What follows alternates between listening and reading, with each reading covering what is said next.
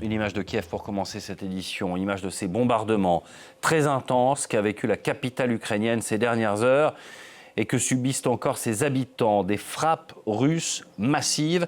La population s'était notamment réfugiée dans les stations de métro. Il faut dire que le président Zelensky hier avertissait d'une possible attaque d'envergure.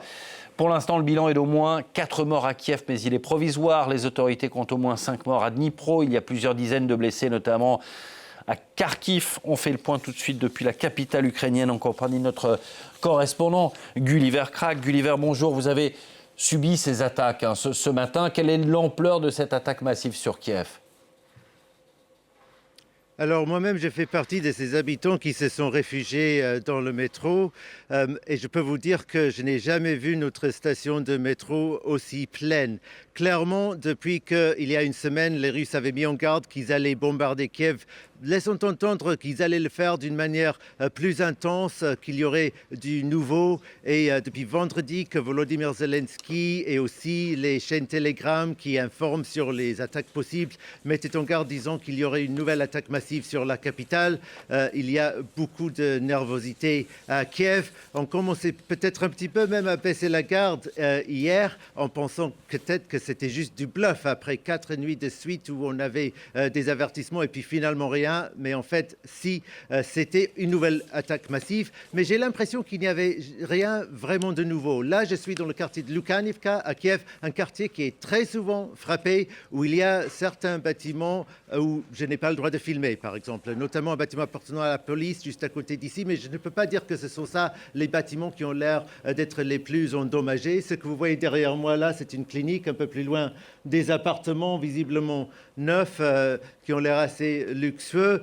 Beaucoup de dégâts dans le quartier. Un habitant m'a dit qu'il a entendu 2 roquettes qui se sont suivies l'un après l'autre assez rapidement. On comprend encore avec cette nuit de frappe que l'Ukraine a des problèmes pour abattre les roquettes. Ils ont beaucoup plus de succès à contrer les attaques de drones, mais pour les roquettes, il faut des munitions pour les systèmes de type Patriot et ils ne sont pas en manque total, mais ils sont obligés, plusieurs sources le confirment, de les rationner.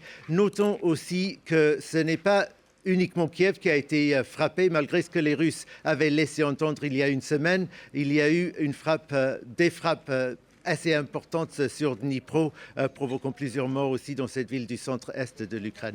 729 projectiles en une nuit sur l'Ukraine, 656 drones, 73 missiles. C'est le dernier chiffre des autorités. Il est important, des frappes qui s'intensifient depuis plusieurs semaines, alors que, et bien sûr, le front, l'armée russe, en revanche, elle semble de plus en plus en difficulté.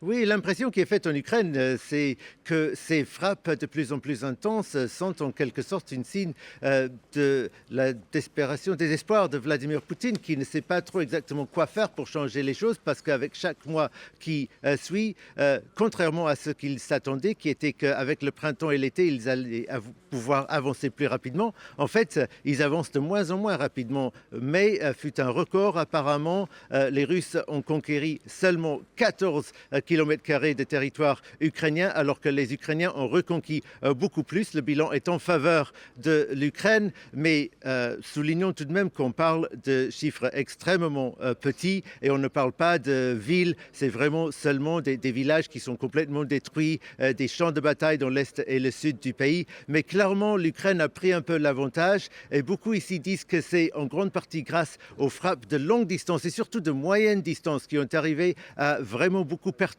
la logistique des Russes dans le sud de l'Ukraine en frappant notamment les convois militaires dans les routes qui vont vers l'ouest depuis Mariupol. Hier, il y avait un forum sécuritaire à Kiev avec beaucoup d'intervenants, des membres du gouvernement, des membres de l'administration ainsi que des experts. Et il y avait aussi Kirilo Budanov qui est maintenant chef de cabinet de Volodymyr Zelensky. Avant, il était chef des renseignements militaires. Et j'avais l'impression qu'il voulait mettre en garde les Ukrainiens contre trop d'enthousiasme. En fait, il sentait qu'il y avait cette vague presque d'euphorie qui pouvait monter, qui ne serait pas tout à fait, selon lui, justifiée. Il a dit, oui, on perturbe leur logistique, mais ça ne veut pas dire qu'on a coupé leur logistique totalement. Oui, on fait des dégâts sur l'économie russe, mais ça veut dire que l'économie russe est en récession. Ça ne veut pas dire que la Russie est au bord de l'effondrement. Il prône une approche plus caution avec un peu plus de reconnaissance que la Russie a toujours beaucoup d'atouts et ce n'est pas du tout fini pour Vladimir Poutine, même si visiblement son offensive d'été semble être un échec pour le moment.